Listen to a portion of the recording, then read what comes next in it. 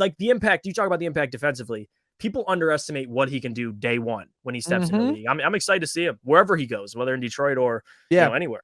He's gonna be a damn good player. Yeah, absolutely. And I think that the biggest thing that's going to be the difference maker for him on the offensive end is I think it's how he's able to use his body in the NBA, because he might struggle day one driving to the rim. What is going on? I want to welcome you from Half Court for today, Thursday, May 12th. I'm your host, Sean Murphy, alongside my guy, Jeff Mother I Afraidy. Jeff, what's popping, my man? Oh, it's good. Dude, it's popping. It's going well. I mean, I should ask, how are you doing, Sean? Because we're about to cover your guy. Someone, I mean, listen, I like him, but this is someone you've been on for quite some time. I've seen this guy on Instagram since his sophomore year of high school, which makes me a little creeped out that I've been following him since he was a minor. But we're not going to talk about that, because we're instead going to talk about Chet Holmgren as an NBA prospect, because Chet is now at the spot where he is a consensus top overall prospect in this draft, as far as among the top of his class. He was number one in his recruiting class. He was a guy that has been recruited since he was in middle school, a guy who has won an under 18 gold medal, a guy who's gone and done a lot of different things. He was at the Steph Curry camp, crossed over Steph Curry his freshman year of high school. I do remember that. Mind you, but this guy also gets it done on the defensive end as well. He's the only player in NCAA history to shoot 50% overall from the field, 70% inside the paint, like 80% from the line, and like 40% from three. Like, the guy was like just efficient, all around efficient. The guy can play. He shot 60% from the field overall for the year. Chet Holmgren, insanely efficient. He gets it done all around the court. Jeff, first of all, let's get this out of the way. Is it because he looks like Darko? Is that why people don't like him? Yeah, okay. No, I would say, I think the only knock on Chet people have is the weight. Right. And there's a part of that I understand. The part I don't understand is people talking about the physicality of the NBA. What worries me is injuries. And I think I'm not going to sit here and say Chet can't gain weight. Come on, guys. Like, the guy can clearly thicken up and gain weight. The question is, when you take Chet, he's got all the tools. Like, the guy, his IQ, talked about his IQ and obviously his efficiencies. What is he, top 12 in college basketball for field goal percentage? Almost 4 blocks a game. Like, defensively, no questions. Offensively, really no questions. It's really just the weight. It sucks that, I mean, if that's your only knock on Chet, then we got an issue. Right. But he's 7 foot. What is his wingspan? 7'8", 7'7", whatever it is. I mean, the guy's a freak. Unicorn. A true unicorn. True unicorn. Can handle the ball. Like, this is stuff even Porzingis can't do.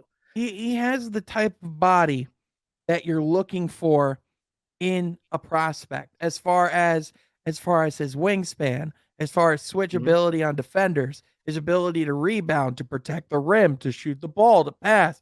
He can literally do everything.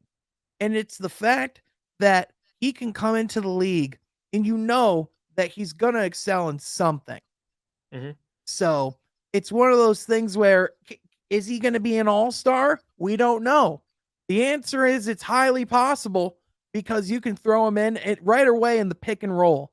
He's a rim running threat, but he's also a guy that can handle the ball, that can pass the ball alongside Cade. If people talk about this guy super skinny, that he doesn't have a body, he's 7 foot, 195 pounds.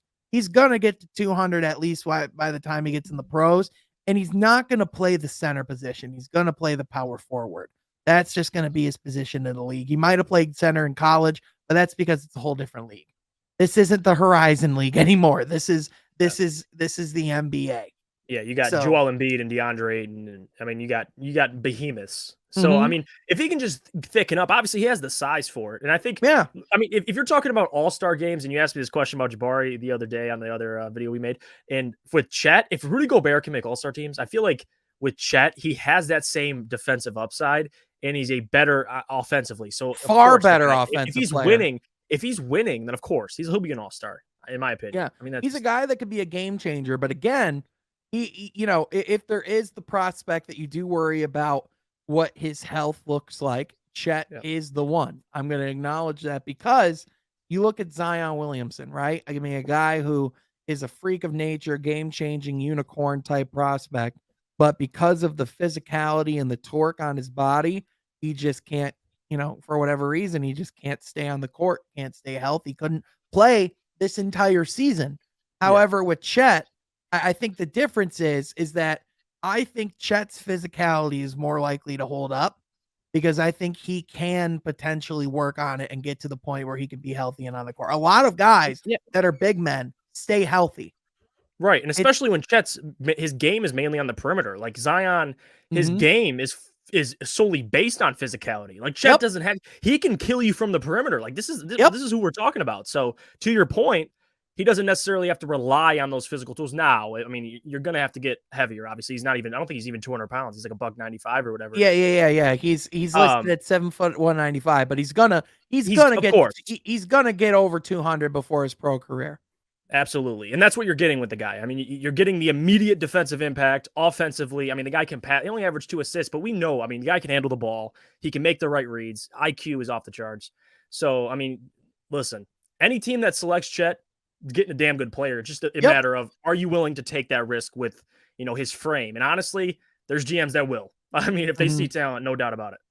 Jeff, I would argue there is no player with a higher upside than Chet Holmgren as far as everything that he can do mixed with his intangibles, mixed with his love for the game. Just the guy he's just a basketball player. He's literally Mhm. like all you see from him is basketball. He eats, breathes, lives the game. Yeah. Obviously, people look at his time at Gonzaga. People expected his team to do more, in the championship and in the tournament. But I mean, obviously, that's just how it goes. Yeah. You play, a team like Arkansas, who's as good as they are, and it's not like he didn't do a whole lot. I mean, he had in going into his third game in the tournament, he already had 11 blocks. And so, like, that's I the mean, thing. The yeah. guy is just a rim runner, rim protector. He can Yeah. guard literally all 5 positions if need be. And then on top of that, a guy who can contribute on the offensive end right away. Imagine if he's like a Draymond Green and can run your offense on the offensive end too. And then That's just That's what we always say, Sean, on this podcast and in these videos is who are you when your shot's not falling? Draymond yeah. Green, perfect example. He doesn't need to shoot the ball because of so many other things. He has such Yep. a expanded game. Chet can bring those similar. I'm not saying he's going to be Draymond Green, but I'm saying if his But he shot's could not be that falling, Draymond Green type player where he can just fill in a lot of yeah, gaps here. He's the type of star where it might not be just primarily his offense. His right, scoring there might be nights where Chet Holmgren puts up 35. I think that's highly possible because of his game, because of his handle. I think he can come into the league and I think he can do more right away than people give him credit for. But I do think that he is the one that also most likely could struggle at the beginning as well because, and people say the game isn't physical, and I say that's just not true. I mean, watch the playoffs. watch the playoffs right now, watching Giannis Antetokounmpo and Jason Tatum and Jaylen Brown and Grant Williams and all those guys collide, like, holy mother, Yeah, like, it's insane, it's all fun and games until you have Giannis coming downhill at you. Yeah. And you're by yourself. Everything in life is all fun and games until Giannis is coming your way, dude. Oh my gosh, you did something wrong if you're in that man's Yeah, way. Oh my yeah, gosh. no doubt, no But doubt. Jeff, realistically, let's talk. Let's talk about. Let's say the Detroit Pistons draft Chet Holmgren. What's the fit like with Cade and Chet? Where does it differ from the fit along of Jabari or Paulo? Because we've talked about those two guys. We've talked Yeah. about how they would fit great in this Pistons system. What would Chet bring that would be different?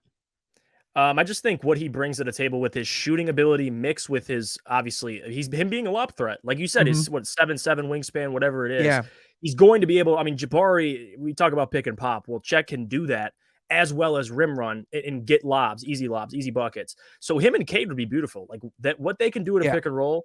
And you talk about any of these top 3 guys, I think that the pick and roll I'm thinking of with Chet and Cade Cunningham is the most attractive out of all of these guys just because of Yep. his game. And Chet can do so many different things. He can make another pass, make a beautiful, read on the floor rather than Jabari. Like there's other things you need to teach guys. Chet has that, Yep. already implanted in his game. So that's what he can bring, man. Just it would keep defenses guessing Now, every single time. hear me out.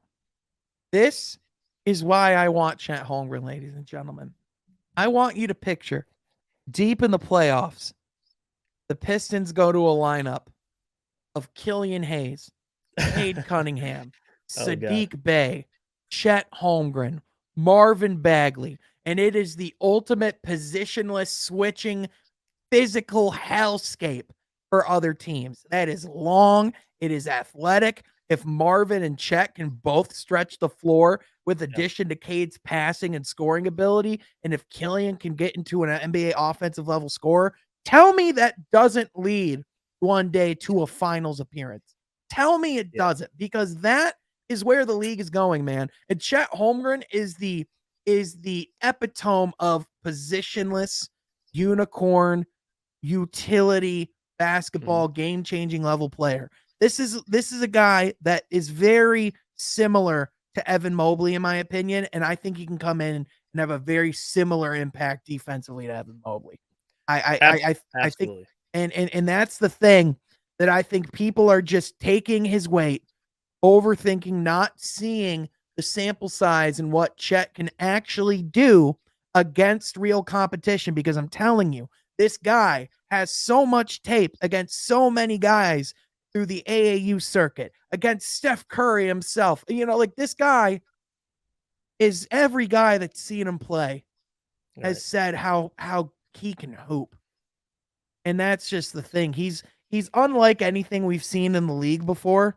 And I think that just makes people believe that they're not going to be good. I understand the weight issue, but again, you are avoiding fact if you are saying that skinny big men cannot play in this league, because there is a plethora of players that have. Yes, that's the thing. If you want to talk about, the risk of injury, I'll hear your argument, but just simply saying that, that's how it is. He's not big enough. That's it. I'm done. I mean, that's a little ignorant. Like, and I want to say this too, with his shot blocking ability, what that allows your team to do, let's just think of the Utah Jazz, knowing Rudy Gobert is down in the paint, and he'll be willing to jump with anybody. Like Chet Holmgren, that's going to alleviate so much stress defensively, because you can take gambles. Chet's down there and can swat away anything coming his way. So, like the impact, you talk about the impact defensively. People underestimate what he can do day one when he steps in the league. I'm excited to see him wherever he goes, whether in Detroit or anywhere. He's gonna be a damn good player. Yeah, absolutely. And I think that the biggest thing that's going to be the difference maker for him on the offensive end is I think it's how he's able to use his body in the NBA, because he might struggle day one driving to the rim. Cade Cunningham had to learn how to get to the rim and how to get himself looks. I think he had I think he already knew how to use his hip and to maneuver his body to get into the paint and get good looks, but he started to do that far more so as the season went on. It's like finding those things, and I think it's just going to be figuring out how his scoring translates on the NBA level. Once he gets to the point where he's a consistent scorer, I think he can be a 15, 20-point scorer a game. But I mean, if he's 15 points, 7 rebounds, 3-4 blocks, 5 assists, it's like Cade, where it's the versatility. You know what I mean? It's everything he can bring. And so, and real quick, Cade too, Cade had to get stronger as well. Like, isn't just Chet. Like, these players in general have to get stronger. Cade learned that this year. Like Ashton said it. He's in the gym getting stronger. So with people looking at Chet and seeing his weight and maybe being shied away from it, the guy's going to grow. That's what people don't understand. He's not gonna stay a $195 for the first 5-6 years of his career. He's going to get bigger. So now will he be, Joel Embiid? No. I mean, he's not gonna be that big, but he'll be good enough. The injuries would worry me, but not enough. With his skill set, it's not stressing me out. And also, people forget, being a big man doesn't always just mean that you're a 5. Being a big man, like Rasheed Wallace was a big man. He played the 4. Yeah. A lot of versatility, like you talked about, versatility. Exactly. And so, in my opinion, Chet Holmgren is the type of prospect that if he hits, is the type of prospect that can be the difference between your team being a good team and a contending team. Because if he hits and he's everything that we think he can be, who's stopping that? Right. The You answer br- is absolutely nobody. and you brought up the Evan Mobley comparison. Look what he did for the Cleveland Cavaliers. I know Jared Allen as well. I mean, Mhm. these other guys, but just I'm talking about that another shot blocker. That guy 7-footer that can Right. shoot, do other things. My God, all Right. teams could use a big man like that. Really. Exactly. Well, it was because Cleveland first, they went and got their quarterback. They went and got Darius Garland. Right. They went and got their first elite pass rusher. They got Jared Allen. And then they went and got their middle linebacker, Evan Mobley.